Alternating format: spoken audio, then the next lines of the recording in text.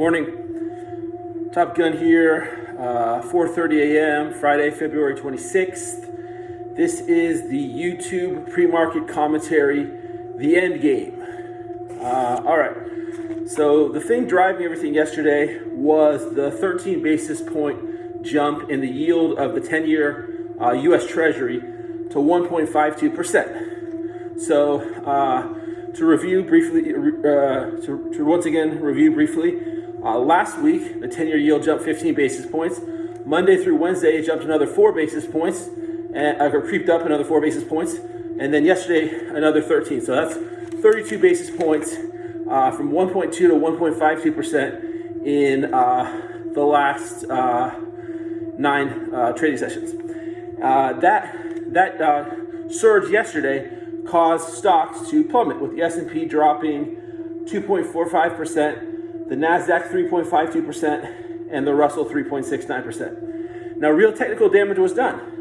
The Nasdaq, which has been the leading index of this bull market, closed below its 50-day moving average. The most important ETF in the market, the QQQ, was minus 3.49% and also closed below its 50-day moving average on 4 times 3-month average volume, and it's now negative year to date. Two of the biggest components of the QQQ, Amazon and Facebook, actually closed below their 200-day moving average. So the 200-day moving average frequently signals to technicians when you're above it, that's a bull market. When you're below it, it's a bear market. So the 50-day is one thing. Once you start breaking below the 200-day moving average, then you start getting the technicians thinking the bull market is over. So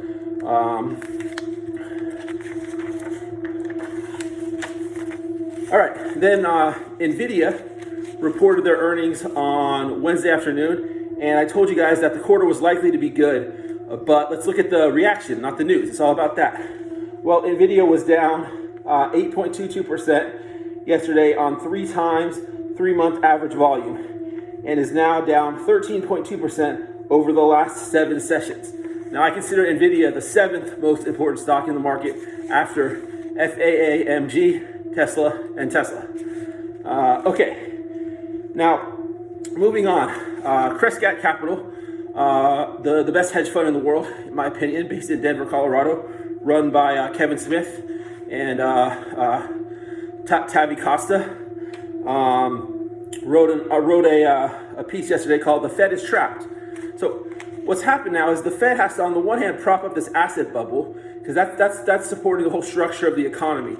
Because the wealthy the wealth effect is trickling down. The wealthier their pockets are filled, as everything goes to the moon, Bitcoin, Tesla, ARK, etc. So that's propping everything up. And on the other hand, the federal government is running historic deficits, as you can see in this chart that I've attached, included in my blog. So what's happened is that, but however, the problem now, and part of what's driving the rising interest rates, which is starting to prick the asset bubble, is inflation, which can be seen in this chart of commodities, which are now starting to turn up very, very strongly. And so the Fed is trapped. If it keeps doing what it's doing, it's going to cause inflation, it's going to cause interest rates to rise, and it's going to prick the bubble eventually. If they stop, well then there's no demand for all this debt that the federal government is creating, so that causes prices to drop, interest rates to skyrocket, and the thing falls apart immediately. So what are they going to do? Like any addict, they're going to prop it up for as long as they can. But at this point, they're trapped, and the system will inevitably collapse. This is the end game for the Fed. And unfortunately, if they would try to take their medicine now, they might be able to preserve the dollar. But because they're a drug addict, they're going to keep infusing liquidity. They're putting the dollar at risk. And a complex, global division of labor, modern global division of labor economy depends on sound money. And that money has been the dollar since Bretton Woods after World War II. Well, they're putting the dollar at risk. And if the dollar breaks down as a medium of exchange, we're going to have what's called civilizational breakdown, which is what we had in Germany in the early 1920s. And you can see the two books covers that I've included in my blog post. Adam Ferguson's When Money Dies, and Frederick Taylor's The Downfall of Money. Very scary stuff. Lastly, an interesting survey done by Deutsche Bank showing that those between 25 and 54 are quite bullish, as are those with less than 1 year of trading experience. However, those over 55 are actually on net bearish, and those with more than 1 year trading experience are far less bullish. So, the millennials, the young people, they're all bulled up. They're buying ARK, they're buying Tesla, they're buying Bitcoin. It's worked for a while. It's not that easy.